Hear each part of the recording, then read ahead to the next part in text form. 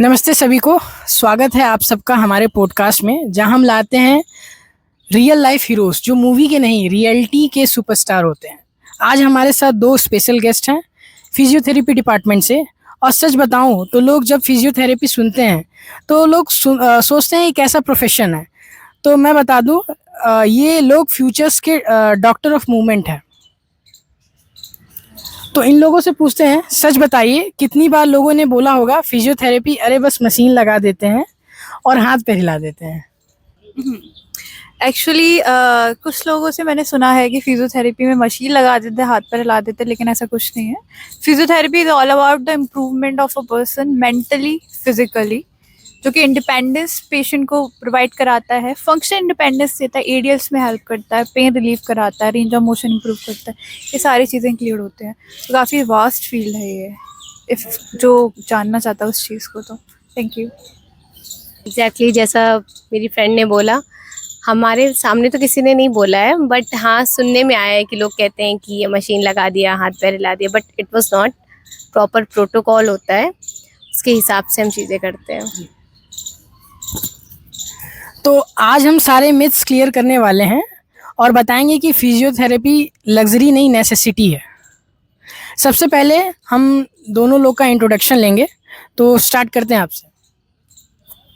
Hello everyone, my name is Chelsea Sharma and I am currently pursuing MPD in orthopedics from CSJMA Kanpur University. Thank you. Hello everyone, myself Satya. Basically I'm from Banaras. Currently I'm pursuing MPT. My specialization in neurology. शुरू करते हैं अपना podcast कुछ सवालों से। तो पहला सवाल, क्या फिजियोथेरेपी आपका फर्स्ट चॉइस था या destiny? Okay, so I would like to say कि फिजियोथेरेपी मेरा फर्स्ट चॉइस था, वो डेस्टिनी नहीं थी। मेरी मम्मी को ड्यूरिंग कोविड तो काफ़ी कार्डियोपल्मोनरी रिहैबिलिटेशन चल रहा था, तो उस टाइम पे काफ़ी नाम आ रहा था कि फिजियोथेरेपी कुछ तो है, कुछ तो है। तो उस टाइम पे हमें पता चला कि फिजियोथेरेपी कुछ है। तो मेरी मम्मी ने, बिकॉज ऑफ माई मदर, मुझे इस चीज़ के बारे में पता चला, तो मेरी मदर ने ही एडमिशन यहाँ करवाया मेरा। तो मैं काफ़ी हैप्पी हूँ कि ये मेरी डेस्टिनी हुई है, ये हमारा एक्चुअल था कि हमको ये करना है। आपसे मेरे लिए थोड़ा डिफरेंट है, डेस्टिनी था। मुझे किसी ने सजेस्ट किया था, मेरी मामी ने, फिजियोथेरेपी के लिए। तो फिर मुझे लगा ठीक है, तो उससे मैं आई हूँ। मेरे लिए डेस्टिनी था। तो बढ़ते हैं नेक्स्ट सवाल की तरफ। घर वालों का रिएक्शन क्या था जब आपने बोला कि फिजियोथेरेपी कर रहे हो? ओके, सो घर वालों का रिएक्शन, घर वाले काफ़ी खुश थे कि बच्चा मेडिकल फील्ड में जा रहा है, फ्रंट लाइन मेडिकल हेल्थ के प्रोफेशन में जा रहा है, जो कि बहुत ही प्यारी चीज़ है। क्योंकि मेरी बिकॉज मेरे घर में अभी दो छोटी बहनें हैं और मैं बड़ी हूँ, तो वो दोनों तो इंजीनियरिंग फील्ड की हैं, मैथ्स की है, और मैं थी बायोलॉजी थी। तो काफ़ी खुश थे मेरे पेरेंट्स कि हाँ अब बच्ची फिजियोथेरेपी फील्ड में जाएगी। एग्जैक्टली मेरे पेरेंट्स भी बहुत खुश थे, जस्ट बिकॉज मेडिकल में अगर बच्चा जा रहा है तो उनको एक रहता है कि नहीं ठीक है, फ्यूचर सिक्योर है। सो पेरेंट्स मेरे भी बहुत खुश थे। तो अब चलते हैं अवेयरनेस अबाउट फिजियोथेरेपी। तो कुछ सवाल उससे रिलेटेड पूछते हैं। सिंपल शब्दों में बताइए, फिजियोथेरेपी क्या होता है? Basically in physiotherapy we treat a patient without medicine. अब कोर्स के बारे में जानते हैं, जैसे इसमें बीपीटी और एमपीटी होते हैं, एंड पीएचडी भी होता है फर्दर। तो BPT means bachelor of physiotherapy, जो 4.5 ईयर का है। 4 ईयर आपका प्रॉपर स्टडी है एंड 6 मंथ आपका इंटर्नशिप है। बट अभी न्यू करिकुलम आया है जो चेंज हो गया है, उसके हिसाब से 4 ईयर आपका स्टडी है एंड 1 ईयर आपका इंटर्नशिप है। मास्टर्स में क्या है, एमपीटी, उसमें आपका 2 ईयर है और इसमें आपका स्पेशलाइजेशन है। जैसे मैं न्यूरोली हूँ और मेरी फ्रेंड चेल्सी ऑर्थोपेडिक है। आपको कुछ? हाँ, जो सत्या ने बोला मैं वही बोलना चाहूँगी। आगे का ये है कि आफ्टर बीपीटी अगर कोई एमपीटी करना चाहते हैं कि आपको स्पेशलाइजेशन मिल जाएगा, आपको ब्रॉड नॉलेज चाहिए होगी। If you want to take a broad knowledge आप लेंगे, आपको इंटरेस्ट है उस चीज़ में, तो आप स्पेसिफिक कुछ कंडीशंस को लेके और डीपली पेशेंट का डायग्नोसिस और ट्रीटमेंट कर पाएंगे। जस्ट लाइक कि एमपीटी में भी काफ़ी स्पेशलाइजेशन है। मेरा ऑर्थोपेडिक्स है, सत्या का न्यूरोलॉजी है, स्पोर्ट्स होता है, पीडियाट्रिक होता है, और हमारा अब तो ऑन्कोलॉजी में भी हो गई है फिजियोथेरेपी। तो काफ़ी है, आई थिंक और ब्रांचेस भी आएंगी, आ भी सकती है फ्यूचर में। तो अब कुछ डिफरेंस के बारे में डिफरेंस जानेंगे एमबीबीएस और फिजियोथेरेपी में। तो बेसिकली क्या डिफरेंस होते हैं आपसे मैं जानना चाहूँगी। ओके, सो एमबीबीएस और फिजियोथेरेपिस्ट में डिफरेंस। सो एमबीबीएस फिजियोथेरेपिस्ट, फिजियोथेरेपी फर्स्टली मैं एमबीबीएस के बारे में बताना चाहूँगी। एमबीबीएस में होता है, दीज आर द प्रोफेशनल्स जो कि सर्जरी करते हैं। ये लोग डायग्नोस करते हैं, एमबीबीएस जो प्रोफेशनल्स होते हैं डायग्नोस करते हैं कंडीशन को, ट्रीटमेंट करते हैं, मेडिकेशन प्रोवाइड कराते हैं और सर्जरी करते हैं। और वहीं जो फिजियोथेरेपिस्ट होते हैं उनका ऐसा कोई ड्रग का रोल नहीं होता, ड्रग मैनेजमेंट का, कि ड्रग वो प्रोवाइड करें या रिकमेंड करें, सर्जरी करें, ऐसा नहीं होता। जो डॉक्टर्स होते हैं वो कुछ कंडीशंस की ट्रीटमेंट के लिए मेडिकेशन करते हैं और सर्जरी करते हैं। जस्ट लाइक कार्डियक अरेस्ट हो गया, उसमें वो करेंगे ट्रीटमेंट उसका। डायबिटीज़ का पेशेंट है, हाइपरटेंशन का पेशेंट है, उसमें वो मेडिसिन देंगे। फिजियोथेरेपिस्ट मेडिसिन नहीं देते, वो रिहैब करेंगे। जस्ट लाइक स्ट्रोक का पेशेंट है, वो वहाँ पे रिहेबिलिटेशन देंगे। कोई ऑस्टियोआर्थराइटिस का पेशेंट है, just like after menopause women में बहुत ज़्यादा घुटने में दर्द होता है, ऑस्टियोपोरोसिस हो जाता है, ठीक है, अर्थराइटिस हो जाता है, तो वहाँ पे रिहेबिलिटेशन का काम है, क्योंकि उनकी वहाँ पे मसल्स हो गई है वीक, ठीक है, उनके अंदर कैल्शियम की भी कमी, स्ट्रेंथ की कमी है, रेंज ऑफ मोशन की कमी है। तो हम उनका पेन रिडक्शन कराएंगे, हम एक्सरसाइज कराएंगे, स्ट्रेंथ कराएंगे, स्ट्रेचिंग देते हैं, ये चीज़ें कराते हैं हम। बाकी सीपी के चाइल्ड हो गए, मतलब अगर आप न्यूरो में जा रहे हो तो, है ना, सीपी चाइल्ड हो गए और डिलेड डेवलपमेंटल माइलस्टोन का होगा, तो ये फिजियोथेरेपिस्ट पेन रिडक्शन कराते हैं, रिहैबिलिटेशन कराते हैं, रेंज ऑफ मोशन इंक्रीज कराते हैं। उनका ड्रग से रिलेशन नहीं होता, नहीं सर्जरी से होता। बाकी ये डॉक्टर्स दोनों फ्रंट लाइन ही होते हैं, साथ ही वर्क करते हैं हेल्थ केयर प्रोफेशन में। अगर आप हॉस्पिटल में भी देखेंगे डॉक्टर्स होंगे जहाँ, वहाँ फिजियोस भी वर्क करेंगे। That's it, thank you. तो अब नेक्स्ट सवाल, फिजियोथेरेपी क्या ज़रूरी या बेनिफिशियल है? ओके, ऑफ कोर्स ज़रूरी है। और इसमें एमपीटी जो मैं कर रही हूँ, चेल्सी कर रही है, ये स्पेशलाइजेशन के लिए है। जैसे कि ये स्पेशलाइजेशन में चेल्सी ने बताया स्पोर्ट्स है, न्यूरोलॉजी है, ऑर्थोपेडिक है, गायनिकोलॉजी भी है और पीडियाट्रिक भी है, ऑन्को में भी है और कार्डियोलॉजी भी है। तो स्पेशलाइजेशन ज़रूरी इसलिए भी है क्योंकि ऑब्वियसली पेशेंट का ट्रस्ट बिल्डअप होगा कि नहीं ठीक है, नॉलेज ज़्यादा गेन होगा। और हर कंडीशन के लिए अलग अलग पेशेंट जो होते हैं, अलग अलग स्ट्रेन, जैसे स्ट्रोक या न्यूरो के लिए हो गया, और एसीएल हुआ तो ऑर्थोपेडिक के लिए हो गया। अगर कोई कार्डियोपल्मोनरी डिजीज़ है किसी को तो वो कार्डियो के लिए हो गया। तो स्पेशलाइजेशन ज़रूरी है, हर फील्ड में होता है, इसमें भी है। तो एमपीटी करना तो मैं तो रेकमेंड करूँगी सबसे कि बीपीटी जो कर रहे हैं वो एमपीटी ज़रूर करें। बाय द वे बीपीटी के बाद भी आप क्लिनिक ओपन कर सकते हो, बट आई रिकमेंडेड कि एमपीटी ज़रूरी है। आपको कुछ बताना है? हाँ, जैसे कि अगर एमपीटी करना, ये है कि हमें वास्ट नॉलेज के लिए करें, हम उसको जो करना चाहते हैं, जिनको इंटरेस्ट है ज़्यादा। क्योंकि अगर हम बीपीटी की बात करें तो बैचलर्स में एक सर्टेन लेवल ऑफ नॉलेज मिल रही है। अगर आप मास्टर्स कर रहे हो, पीजी कर रहे हो, कोई भी किसी भी फील्ड में कर रहा है, तो उसको डीप नॉलेज उस फील्ड में मिल रही है। तो न्यूरो का पेशेंट होगा तो न्यूरो के केसेस वो और अच्छे से हैंडल कर सकेगा, ऑर्थो का केस है, ऑर्थो के केसेस अच्छे से हैंडल कर सकेगा। कार्डियो के केसेस जो मोस्टली हम लोग को मिलते हैं, कार्डियो पल्मोनरी के आईसीयू में भी मिल जाते हैं, आईसीयू में, तो वहाँ पे उनको नॉलेज होगी, स्पेशलाइजेशन होगी, तो वो और अच्छे से डील कर सकेंगे। बस ये पॉइंट्स हैं कुछ। अब बढ़ते हैं कुछ, जैसे आज के ज़माने की जो प्रॉब्लम्स बढ़ रही हैं, तो आजकल जैसे हम लोग देख रहे हैं 18-25 साल के लोग जो हैं उनके back pain, neck pain, slip disc क्यों हो रहे हैं? सबसे पहले तो हमारी लाइफस्टाइल एकदम सेडेंट्री बन चुकी है। मोस्टली ज़्यादा सिटिंग वाला काम है, हम लोग को मोस्टली बैठे ही रहते हैं। और सबसे ज़्यादा जो इम्पोर्टेंट है वो पोस्चर। हम बैठते हैं तो हम अपना पोस्चर नहीं देखते हैं कैसे है कैसा नहीं। तो पोस्चर हो गया, सिटिंग का हो गया, और फिज़िकल एक्टिविटीज़ तो हमारी कम हो ही चुकी हैं। सेडेंट्री लाइफस्टाइल है तो फिज़िकल एक्टिविटीज़ को हम ऐड ही नहीं कर सकते हैं। इन सब चीज़ों की वजह से बैक पेन, सर्वाइकल, ये होना कॉमन हो गया है। और मोस्टली कभी आपने देखा होगा कि हैवी लगेज अगर किसी ने उठा लिया है तो उसके बाद उसको बैक पेन होना स्टार्ट हो जाता है। तो लाइफस्टाइल तो चेंज की वजह से ये चीज़ें होती हैं, और बेसिकली पॉस्चर है इसमें। अगर आपका पॉस्चर सही नहीं है तो आपको बैक पेन, सर्वाइकल, ये सब चीज़ें होती रहती हैं। आपको इसमें ऐड ऑन करना चाहिए? मैं सत्या से सहमत हूँ, जो सत्या ने बताया वही मैं बोलना चाहूँगी। अब जैसे आगे बढ़ते हैं, जैसे कि मोबाइल एडिक्शन और लैपटॉप कल्चर जो बढ़ रहा है आज के ज़माने में, तो ये कितना डेंजरस है बॉडी के लिए, इस पे आप कुछ बता दीजिए। मोबाइल के लिए तो मैं बोलूँगी स्क्रीन टाइम आजकल का सबका ही 5 to 6 आवर तो नॉर्मल है, मेरा खुद का 8 आवर है। तो ऑब्वियसली जब हम फ़ोन चलाते हैं तो हमारा पोस्चर एज यूजुअल पोस्चर वैसा ही रहता है, जिससे हमें सर्वाइकल प्रॉब्लम हो रहा है। और स्क्रीन टाइम ज़्यादा होने की वजह से आई प्रॉब्लम्स भी हो रहे हैं, चश्मे लग रहे हैं, मुझे भी लगे हुए हैं, इन्हें भी लगे हैं। तो इससे ये बहुत इफ़ेक्ट कर रहा है हमारे बॉडी पर पूरी तरीके से। और जब हमारा पोस्चर ही पूरी तरीके से अगर सही नहीं होगा तो आगे लाइफस्टाइल भी चेंज होगा और सेडेंट्री लाइफस्टाइल बढ़ती ही जाएगी। तो फिजियोथेरेपी का तो बहुत अच्छा रोल है इसमें।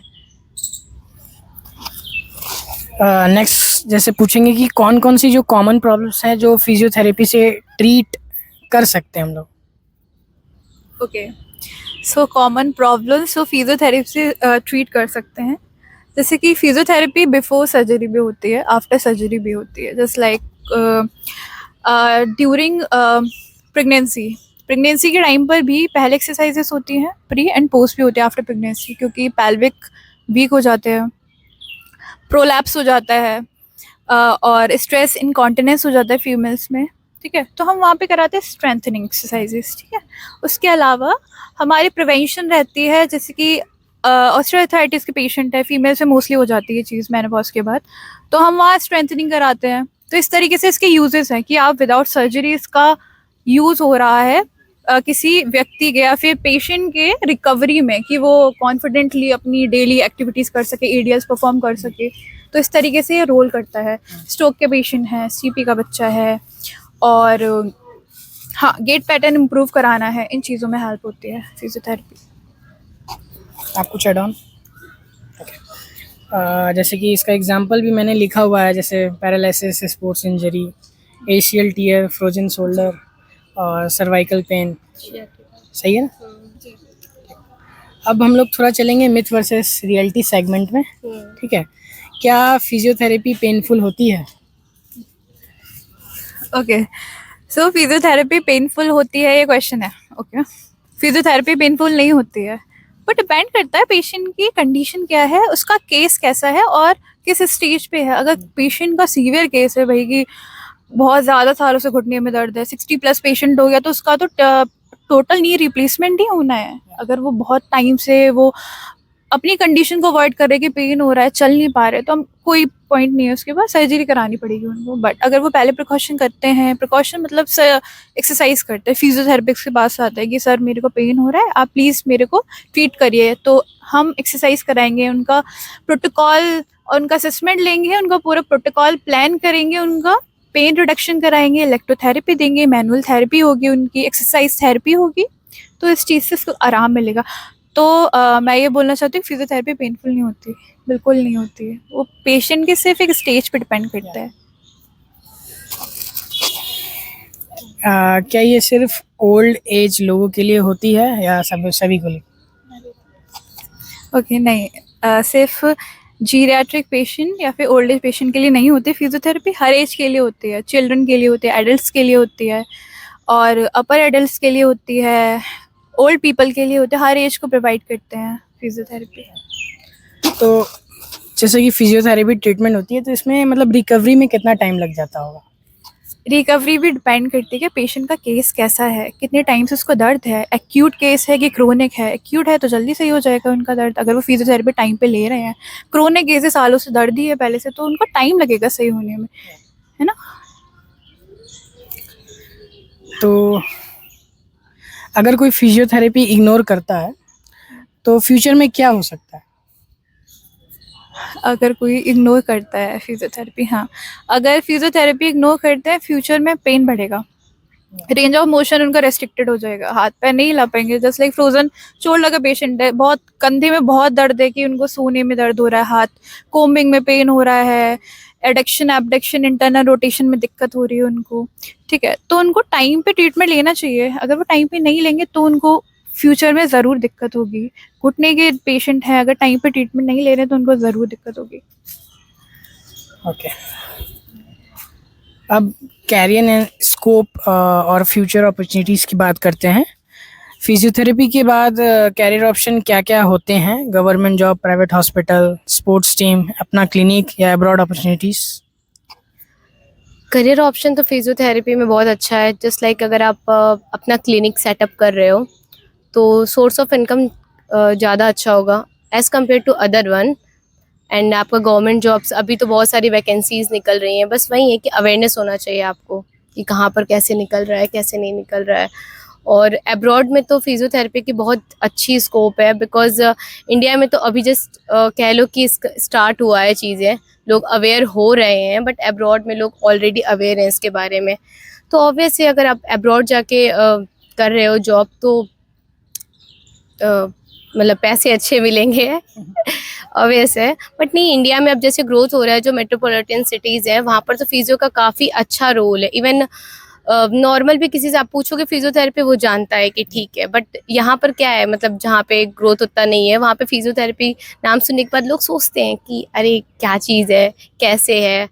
सो इसका करियर ऑप्शन तो बहुत अच्छा है। आफ्टर बीपीटी भी आप बहुत अच्छा करते हो, और मास्टर्स के बाद तो आप और भी अच्छा कर सकते हो। और अगर आप पीएचडी करते हो तो आप प्रोफेसर बन सकते हो, ऑब्वियस है। और प्रोफेसर, देखिए पता है, अगर आप प्रोफेसर बनते हो तो दो ऑप्शन है। एक तो आप दिन में पढ़ा सकते हो, शाम में अपनी क्लिनिक भी चला सकते हो, तो दुगनी तरीके से पैसे आएंगे, पैसे ही पैसे। आप कुछ ऐड ऑन करेंगे इसमें? हाँ, ओके, सो है, अच्छा है फील्ड की आफ्टर स्कोप इसका वाइड है, क्योंकि अभी आई थिंक इंडिया में ये चीज़ आफ्टर कोविड ही ज़्यादा इवॉल्व हुई है कि लोगों को पता चला है फिजियोथेरेपी क्या है। तो इसमें गवर्नमेंट जॉब्स हैं जो थोड़ी कम निकलती हैं थोड़ा, ठीक है, वो भी अच्छा है। प्राइवेट जॉब्स भी अच्छी है, अगर आप हॉस्पिटल में काम करते हैं, खुद का क्लिनिक खोल रहे हैं, वो भी अच्छा है ऑब्वियसली, क्योंकि मेट्रोपॉलिटन सिटीज़ में लोग इसके बारे में ज़्यादा जानते हैं। जो मेट्रोपॉलिटन नहीं है वहाँ पे भी लोग धीरे धीरे जान जाएंगे, क्योंकि उनको ईगर होने लगे फिजियोथेरेपी क्या है, क्योंकि डॉक्टर्स अब रिकमेंड करने लगे हैं कि फिजियोथेरेपी कराइए आप। और उसके अलावा एज अ प्रोफेसर भी हम वर्क कर सकते हैं। बीपीटी कर लिया, एमपीटी कर लिया, आप पीएचडी कर लीजिए, प्रोफेसर बनिए, बहुत अच्छी फील्ड है ये, पढ़ाई है। और जैसे सत्या ने बताया, शाम को क्लिनिक, गुड, पैसे भी है। और सबसे बात ये डेडिकेटेड है कि आपको एक पेशेंट की मेंटली भी, क्योंकि जब पेशेंट ना फिजिकली दिक्कत होती है, मेंटली बहुत इफेक्ट होती है वो चीज़, तो जो एंजाइटी और डिप्रेशन होता है उस चीज़ को कम करती है फिजियोथेरेपी। अब बढ़ते हैं कुछ अदर टेक्नोलॉजी एंड चैलेंजेस पे। एआई और रोबोटिक्स के ज़माने में क्या फिजियोथेरेपी रिप्लेस हो सकती है? Okay, so no, I think, मुझे नहीं लगता कि एआई और रोबोटिक्स के ज़माने में फिजियोथेरेपी रिप्लेस हो सकती है, नहीं, क्योंकि हमें हमेशा जो आर्टिफिशियल इंटेलिजेंस है वो भी तो हम ही लोगों ने प्लेस किया है इसके अंदर। मेमोरी, बुद्धि जो बोलते हैं, क्षमता जो आ रही है ह्यूमंस के अंदर से ही आ रही है, तो कहीं ना कहीं हमारी ही मेमोरी इसके अंदर है, तो वो ऐसा नहीं कर सकते। I don't think so. इस फील्ड के डिसएडवांटेजेस या चैलेंजेस क्या हैं? ओके, इस फील्ड के डिसएडवांटेजेस और चैलेंजेस क्या हैं? ओके, डिसएडवांटेज ये बोलेंगे हम, क्योंकि ना अभी स्टार्टिंग है इस फील्ड की, फिजियोथेरेपी की, तो लोग अभी इसको नहीं जानते हैं। छोटे शहरों में, बड़े शहरों में लोग जानते हैं कि फिजियोथेरेपी कुछ है, होम विजिट्स भी होती हैं, जो हाई प्रोफेशनल फील्ड वाले पीपल हैं वो भी इसको रिकॉग्नाइज कर रहे हैं, सपोर्ट भी कर रहे हैं। और बस ये है कि अभी स्मॉल स्टेट्स में, स्मॉल प्लेसेस में लोग अभी ईगर नहीं है, तो अगर कोई क्लिनिक भी खोलना चाहता है अपना, तो उसको टाइम लगता है इस चीज़ को रिकॉग्नाइज कराने में और अपना नेम करने में कि हाँ फिजियोथेरेपी कुछ होती है। आप ट्रीटमेंट दोगे, इलेक्ट्रोथेरेपी दोगे, एक्सरसाइज कराओगे, ब्रीदिंग कराओगे, आप मैनुअल थेरेपी दोगे, तो थोड़ा यहाँ पे ट्विस्ट लगता है, तो उसकी वजह से अर्निंग थोड़ी डाउन भी हो जाती है। बट इट्स एवरेज बोलूँगी मैं, अभी स्टार्टिंग है, तो I think I am hoping कि आगे चल के तो अच्छा ही होना है, अच्छा ही होगा, अच्छा ही होगा। तो ये मुझे लगता है। फ्यूचर फिजियोथेरेपिस्ट को कौन कौन सी स्किल डेवलप करनी चाहिए? सबसे पहले तो एमपीटी करना चाहिए। स्पेशलाइजेशन होना बहुत ज़रूरी है, क्योंकि आजकल के जो पेशेंट हैं ना वो खुद चैट जीपीटी कर आते हैं, तो उनको कन्विंस करना बहुत ज़रूरी है। तो आपके पास जितना अच्छा नॉलेज होगा और जितना अच्छा स्किल आपका डेवलप होगा उतना ज़रूरी है, क्योंकि यहाँ पे अब पेशेंट चैट जीपीटी वाले हैं तो उनको डील करना बहुत मुश्किल है।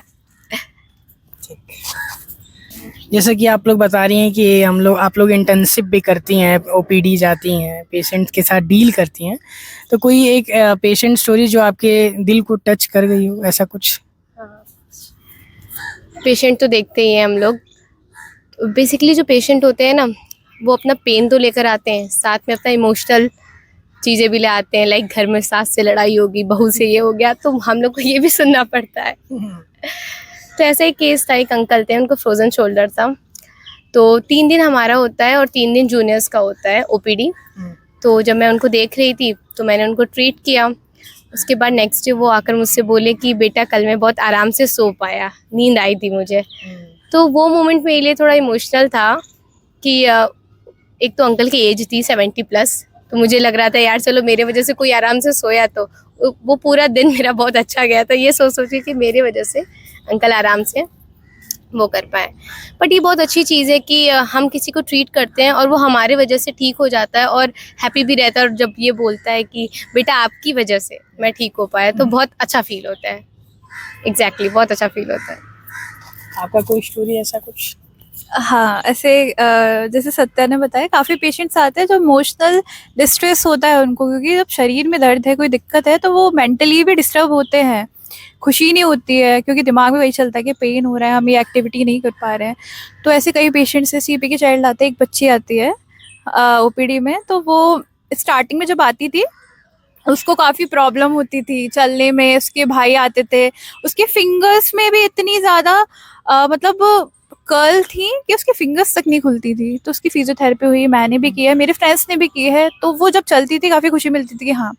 और एक अंकल और थे, मतलब पहले की बात बता रही हूँ, कुछ मेरा एक नोन फ्रेंड था, उसको मतलब पता नहीं था, स्कूल फ्रेंड था, उसको पता नहीं था कि फिजियोथेरेपी कुछ होती है। तो उसको पता चला होगा कि मैं फिजियोथेरेपी कर रही हूँ। तो उसका ना शोल्डर लैब्रम टियर हो चुका था, वो पंचिंग करता था, शोल्डर लैब्रम टियर हो गया था। वो कम से कम 1.5 साल से परेशान था। उसने मेरे को कांटेक्ट किया, पता चला होगा कि मैं कर रही हूँ, मतलब किसी तरीके से थ्रू इंस्टा, तो मुझसे बात करी उसने। तो फिर मैंने उसको बताया कि व्हाट इज़ फिजियोथेरेपी और ट्रीटमेंट प्रोटोकॉल क्या रहेंगे, मैंने उसको गाइड किया इस चीज़ में। तो उसने डॉक्टर से बात करी, फिर उसने अपनी सिटी में ही जहाँ का वो था, उसने वहाँ ट्रीटमेंट लिया। तो he was like thank you so much. उसका वो 1.5 साल का जो दुख था, उसका जो पेन था, वो चीज़ ठीक हुई। तो मुझे इस टाइम पे काफ़ी अच्छा लगा, क्योंकि मैं उस टाइम पे बीपीटी कर रही थी, मैं मास्टर्स में नहीं हूँ, ये 2-3 साल पहले की बात है। तो वो चीज़ मुझे काफ़ी खुशी मिली कि लोग मतलब नहीं जानते, जो लोग यहाँ फिजियोथेरेपी है, कि आपको फिजियोथेरेपी से इतना रिलीफ मिलेगा कि आपका 3 साल का, 2 साल का, 1.5 साल का दर्द जा रहा है, आपके हाथ चल रहे हैं। तो इस तरीके से एक खुशी फिजियोथेरेपी दुख में पहुँचा रही है लोगों के बीच। Thank you. तो मुझे एक चीज़ काफ़ी अच्छी लगी थी। ये कुछ ऐसे सवाल है, मतलब रिलेटेड है पिछले सवाल से ही। जब कोई पेशेंट आपकी थेरेपी के बाद दोबारा चलने लगता है तो कैसा फील होता है?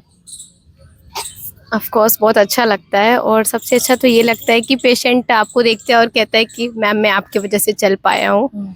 तो ये फील होता है कि नहीं, हम बड़े हो गए हैं।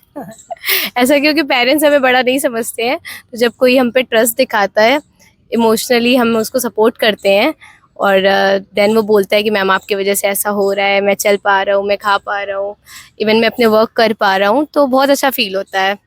और मोटिवेशन मिलता है कि नेक्स्ट टाइम मेरी वजह से और पेशेंट मतलब ठीक हो पाए अच्छे से, मैं ट्रीटमेंट अच्छा दे पाऊँ, तो एक काइंड ऑफ मोटिवेशन होता है। अब हम लोग चलते हैं रैपिड फायर राउंड की तरफ, जहाँ पे हम लोग कुछ सवाल पूछेंगे जिसका दोनों गेस्ट को इंस्टेंट जवाब देना होगा, ठीक है? तो एक एक करके पूछते हैं, ठीक है? तो पहले हम स्टार्ट करते हैं, ठीक है? तो मैनुअल थेरेपी या इलेक्ट्रोथेरेपी? इलेक्ट्रोथेरेपी। स्पोर्ट फिजियो या neuro physio? Sports physio. Government job या private clinic? Private clinic. Early morning OPD या late night emergency? Early morning OPD.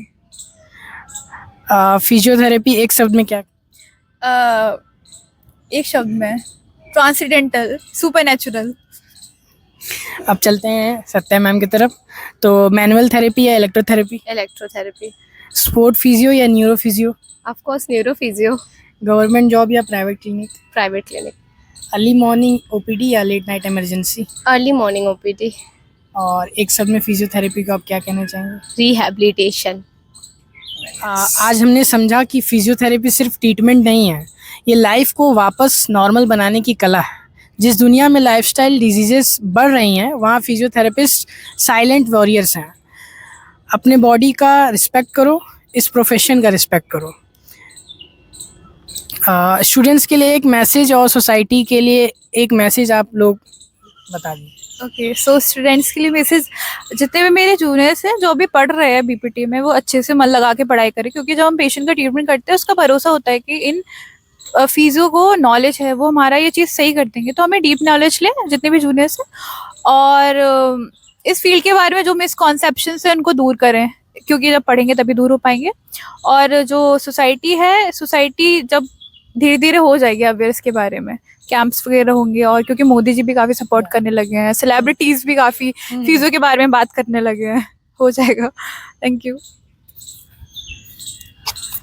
Students को यही बोलेंगे, नॉलेज इज़ एवरीथिंग। तो पढ़ाई करते रहो, पढ़ते रहो, बन तो जाओगे ही एक दिन। और सोसाइटी के लिए ये है कि अवेयरनेस बहुत ज़रूरी है, बहुत ज़रूरी है। एंड जैसा चेल्सी ने बोला, मोदी जी सपोर्ट कर रहे हैं और सेलिब्रिटी भी कर रहे हैं, तो धीरे धीरे अवेयरनेस तो खैर आ ही जाएगी। कुछ सालों में तो सबको ही पता होगा फिजियो के बारे में। मतलब ये वीडियो मोदी जी तक पहुंच जाएगी ना? हाँ, बिल्कुल। तो एक सवाल मैं एक्स्ट्रा ऐड ऑन कर रहा हूँ मैं अपनी तरफ से, कि जैसे कि हम लोगों ने यंग जनरेशन पे तो बात कर लिया कि 15 से 25 साल की जो दिक्कतें हैं, तो हम लोग हालांकि ये भी देखते हैं कि आजकल की वुमेन जो होती हैं, थोड़ी एजेड होते हैं, 30 के ऊपर जो होती हैं, उनको आजकल थोड़ा सा पैर में या उनके बैक में या नेक में बहुत ज़्यादा दिक्कत होता है। तो आप कुछ कॉमन एक्सरसाइज के नेम या कुछ ऐसा प्रिकॉशन बताएंगे जो उनके डेली लाइफ को अफेक्ट करे और उनकी जो हेल्थ है वो थोड़ी सी अच्छी हो जाए? सो मैं ये बोलना चाहूँगी, जो 30+ वुमेन है, कि हमें ज़्यादा इम्पॉर्टेंट कि हम डेली ना एक्सरसाइज तो करें। एक्सरसाइज नहीं कर पा रहे तो आप ब्रिस्क वॉकिंग करें। वॉकिंग मोर इम्पॉर्टेंट है कि वॉकिंग स्ट्रेंथनिंग आएगी, क्योंकि मोस्टली वुमेन जो होती है हाउस होल्ड्स होती हैं, क्योंकि उनको हाउस का बहुत ज़्यादा काम होता है, घर का। पूरे दिन घर का काम कर रहे हैं, खाना बना रहे हैं, बच्चों की देखभाल है, घर की देखभाल है, काम है, तो वो अपना ध्यान नहीं दे पाते, जिसकी वजह से उनकी मसल वीकनेस हो जाती है। तो इम्पॉर्टेंट है ब्रिस्क वॉकिंग करें, योगा करें। योगा में मेनली सूर्य नमस्कार के जितने भी स्टेप्स हैं वो इवेंचुअली स्पेसिफिकली ही इतनी स्ट्रेंथनिंग फॉलो करते हैं कि उससे ही एक वुमेन का सब कुछ अच्छा हो जाएगा। मोस्ट इम्पॉर्टेंट है कि वो ये चीज़ें करें। डाइट लें, प्रोटीन ज़्यादा लें, प्रोटीन इंपॉर्टेंट है, वो डाइट पे नहीं ध्यान देते। प्रोटीन ले, मल्टीविटामिन्स ले, और विटामिन B12 जिसकी कमी रहती है वुमेन में, फर्मेंटेड फूड खाएं, बस ये ध्यान रखें। और जो अगर आप डॉक्टर के पास जा रहे हैं, फिजियो के पास जा रहे हैं, तो जो होम एडवाइस देते हैं उसको फॉलो करें। आप कुछ ऐड ऑन करना चाहेंगे? हाँ बिल्कुल। जो वुमेन्स होती हैं आफ्टर मेनोपॉज, उनको ज़्यादा प्रॉब्लम्स आती हैं जस्ट बिकॉज हार्मोनल चेंजेस होते हैं। तो आफ्टर मेनोपॉज वो अपने ऊपर ध्यान भी कम देने लगती हैं। लाइक जैसा चेल्सी ने बताया, जो हाउस होल्ड होती हैं वो नहीं कर पाती उतनी चीज़ें। सो वो अपना ध्यान दें, एक्सरसाइज करें और हमारी बात सुनें। अगर फिजियोथेरेपी के पास आ रही हैं और हम जो प्रोटोकॉल दे रहे हैं और जो होम के लिए दे रहे हैं कि होम बेस्ड वर्क है, आप उसे करें प्रॉपर। तो बस यही है। ये सवालों का सिलसिला ख़त्म हो चुका है, तो अब हम बढ़ते हैं कि आप जो वीडियोस, जो ऑडियंस ये वीडियो देख रही है, तो उसको आप मतलब क्या सजेशन देना चाहेंगे? इस वीडियो के थ्रू वो क्या सीखें, क्या करें? सो इस वीडियो के थ्रू मैं यही बोलना चाहती हूँ कि सबसे ज़रूरी है एक इंसान के लिए कि उसका शरीर जो है चलता रहे। सुबह समय पे उठे, एक सर्केडियन प्रॉपर मेंटेन करके रहें। समय पे उठे, समय पे सोए, खाना खाएं पौष्टिक, और अपना शरीर की गतिविधि करते रहे। हमका एडियल्स प्रॉपर रहेंगे। आप एक्सरसाइज करते रहोगे, चलते रहोगे। स्ट्रेस होता है, स्ट्रेस रिमूवल टेक्निक्स भी होती है। पॉजिटिव सोचे, अच्छे लोगों से बात करें, ये सारी चीज़ें। और फिजियोस की बात माने, जो भी वो बता रहे हैं, मोस्ट इम्पॉर्टेंट। आप कुछ? सबसे पहले आप अपना सेडेंट्री लाइफस्टाइल चेंज करें, वरना आपको हमारे ही पास आना पड़ेगा हर बार। सो लाइफस्टाइल चेंज करो, हमसे दूर रहो। आई मीन दूर ना रहो, बट फिर भी अगर आप लाइफस्टाइल अच्छी रखोगे तो आपको फिजियोथेरेपी की उतनी ज़रूरत नहीं पड़ेगी। तो ये वीडियोस में सिर्फ इतना ही था, तो मिलते हैं नेक्स्ट वीडियो में। तब तक के लिए आप हमारे वीडियो को पूरा शुरू से एंड तक देखें और अपने पेरेंट्स को वीडियो ज़रूर शेयर करें, अपने दोस्तों को, और फिजियोथेरेपी क्या होती है इसके बारे में उन्हें बताएं, समझाएं। और अवेयरनेस ज़रूरी है अपने भाइयों में, अपने बहनों में बहुत ज़्यादा ज़रूरी है, बच्चों में भी थोड़ा उनको प्रिकॉशंस लेना सिखाएं ताकि उनकी बॉडी सही रहे और आगे जाके उनको दिक्कत ना हो। बस नहीं।